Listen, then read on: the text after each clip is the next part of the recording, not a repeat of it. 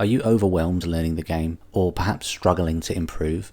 I've got a tried and tested method that can help you to get to where you want to be. Hello and welcome to Incursion Tactics. My name's Luke, and this week I will be mostly talking about setting goals. More than just, I want to get better at rolling dice. Ha ha ha.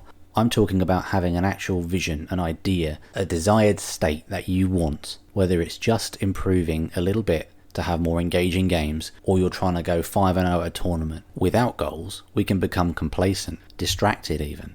Visualizing where we want to be in the future can be something that is very useful and very powerful in our own motivation and goal setting. For example, it can transform these vague intentions and vague desires of wanting to get better into actionable steps. It can help us to focus our practice sessions. I talked about intentional practice in my previous video, and these ultimate goals help us to zone in on these things, focus these practice sessions, and also to track our progress against this ultimate desire, this ultimate milestone, and really important for motivation as well, particularly if we find we're not getting where we want to be at the speed we'd like to get to. We all want to improve yesterday, but it does take work, it does take effort, and so having something to shoot for is really important, because it gives us that yardstick by which we can define and measure progress, which is key. Nothing stops motivation in its tracks more poignantly than that sense of feeling stuck in the mire and plateaued and not feeling like we're moving anywhere. And so if you're ever feeling like that, honing in on what that goal could be is going to be so helpful to your own improvement and development. But how do we do this? One of the most effective goal setting strategies, something that I've implemented and coached others in the use of, comes from the business world. SMART framework, setting SMART goals. This may well be something you've come across before, and it does vary from framework to framework. People like to tweak how they approach it, and the way in which I'm most familiar with is as follows. Any goal that we come up with needs to tick all of these boxes. It needs to be clear and specific. So instead of saying, I want to get good, I want to improve, consider, I want to improve my deployment. Goals need to be measurable, so we need a way to try and understand how we're improving, a way of tracking how we're progressing or not progressing. For example, I'm going to practice my deployment in the next 10 games, and I'm going to seek feedback in the next 10 games. I'm going to measure that feedback and see if there's a measured improvement. If I'm repeating mistakes, for example, is the goal achievable? So we're going to set goals that are realistic. So if we're just picking up the game, we don't want to set a goal to win a major tournament right off the bat. Maybe trying to win our first game at the store or local game night at the local club or with your friend. Like, just try to win that first game. That would be a more achievable milestone to set for yourself. Or if we're using the deployment example, continuing that thread, it could be a reflection on, is trying to improve my deployment an achievable thing? Do I know enough about the game to be factoring in other things that my opponents might be bringing just yet? Or are there things that I can do to help try and get to that state where I am able to deploy effectively? It could be that improving on my deployment is an unachievable goal at this early juncture. And really, if we're new at the game, we should be thinking about practicing the games and just putting stuff on the table, learning units, and not worrying about, did we deploy right at the start? So actually, for some people, improving on their deployment might seem quite a laughable thing to think about. For others, it might be something that's actually inconceivable at this point in time. Whatever it might be, the goal needs to be something that is realistic or achievable, relevant. The goal should align with any broader objective that you have. So obviously, we might have this wider goal or desire to become a better player, just a general sense of improvement. So that's a wonderful wider goal to have, and so it's a final sense to make sure that any goal we come up with is focused towards achieving that greater desire, that greater goal, and really checking that that is a relevant one. For example, playing more games might feel like a relevant goal if we're working towards improving our deployment strategy, but actually, if we take a step back, we could challenge ourselves to think it might not be the most effective way to improve that. Maybe we could do something like phase practice, which I've talked about before, where we just set up deploying the models and playing out 1 or 2 turns and then re-racking, and we get a couple of sessions, practice sessions in like that, rather than just playing lots and lots of games. That could add more value to that goal and our wider strategy than simply just smashing through games. And so it's just doing a sanity check to make sure that this is actually a relevant goal that meets the objectives that we're trying to achieve here.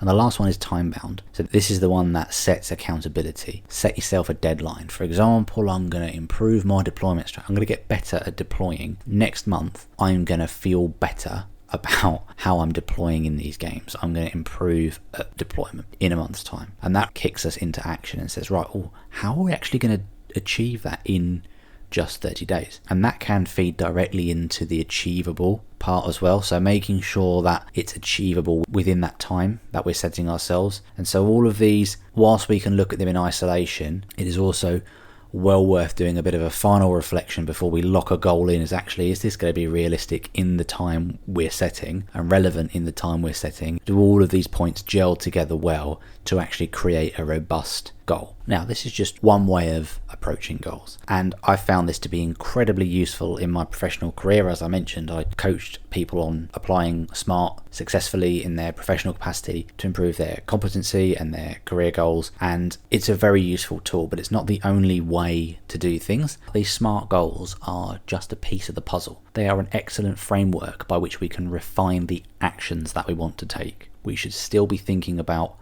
how we're going to be improving, and improving after every game.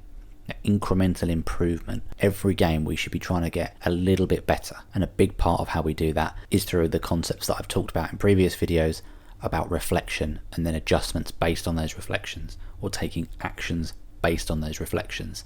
And so SMART goals can be devised off the back of games that we play. We might have a goal moving into a game that we come up with around deployment, but then we reflect on other things that we do in the game. We deployed particularly well, and we find we're consistently deploying reasonably well, but then perhaps we don't stick to the plan that we came up with after we've deployed, and maybe that becomes the thing that starts to impact how we're doing in a game. And so that reflection is then a really important part of that goal setting process, and adjusting as we go, as we're improving and learning as we go. This is why I talk about the importance of keeping the scores using the apps, whether we write down scores so that we can reflect and note down takeaways from the games and adjust goals based on this feedback that we're seeing. And I want to talk next about how we can put this into practice. But before I do, I just want to invite you all to join the Incursion. For $2.99 a month, you can become a member of the channel. You get an additional video every week. And this week's topic is going to be diving into root cause analysis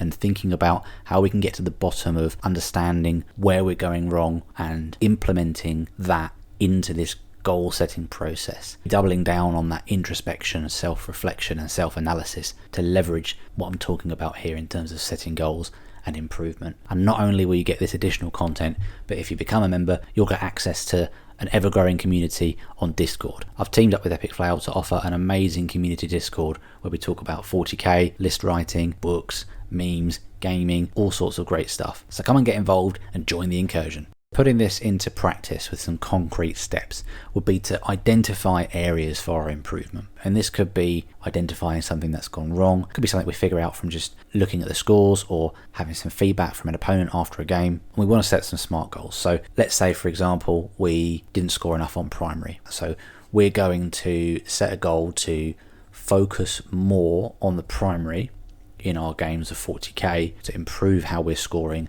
and score more in our games. We want to use a SMART framework to set goals, bearing in mind being specific, measurable, achievable, relevant, time-bound, and think about an action plan, breaking down the goal into smaller, manageable tasks, actionable things you can do. So if we've noticed that we're not scoring enough on primary, action plan could be trying to learn about how to achieve that more in the game, whether that's watching some focused content around achieving the primary or learning the missions better, just being super familiar with how all the missions play, understanding how the points are scored and how you can go about scoring those more effectively, how we can build redundancies into our strategies. Maybe that's something that's causing you to lose on the primary. So again, talking about reflecting, it's one thing to observe that you're not scoring the primary enough, but digging down into that and thinking, what went wrong, and understanding if there's anything further to that you could try to unpack that could then help to form that action plan. Maybe you put a unit of 10 guardsmen on an objective thinking, they've got that objective and that's all I need to hold that objective, but a unit of 10 guardsmen will die to a stiff breeze.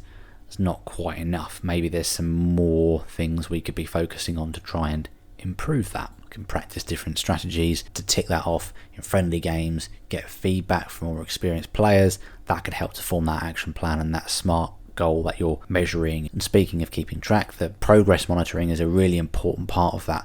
Whether it's some notes or an app to record your games, as I've talked about before, thinking about what worked and what hasn't is going to be really helpful to keep on track and make those adjustments as you go. And then being prepared to stay flexible. Adjust your goals as you progress. You might smash through something quicker than you expect, and that's great. Try not to get complacent or stagnant, and think about, okay, I've hit what I was trying to achieve quite quickly. How do I move on from there? Do I want to keep that going for a little bit longer, keep the attention on that for a couple more games, or am I ready to then take on something more from that? Again, making sure it's achievable and relevant are very, very important parts of this. You don't want to coast. Whilst you might be working towards something, at the same time, you don't just want to be coasting along and not stretching yourself. If it doesn't challenge us, it doesn't change us. And as cliched as that sounds, it is very, very true. And so that's something to be bearing in mind, as well as the fact that a goal could become too challenging. And so sometimes we might want to take a step back and break something down into smaller, more manageable steps, especially if real life's getting in the way. Often gaming is a balancing act between some of the less fun things we have to get on with, and so we might have to humble ourselves and change the pace of things as other factors dictate. Before I wrap things up, I want to say thank you to everyone that's been showing their support.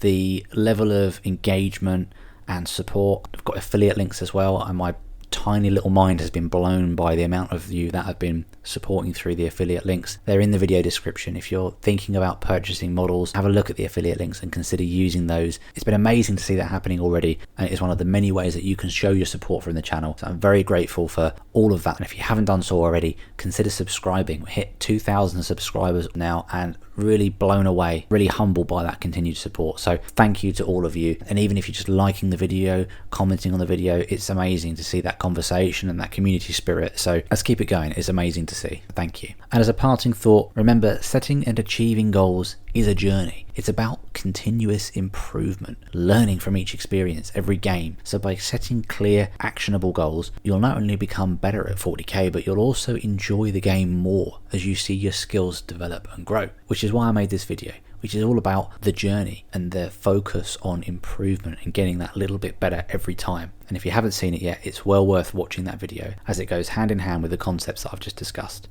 In the meantime, thanks very much for watching. Keep rolling those dice and stay tuned for more.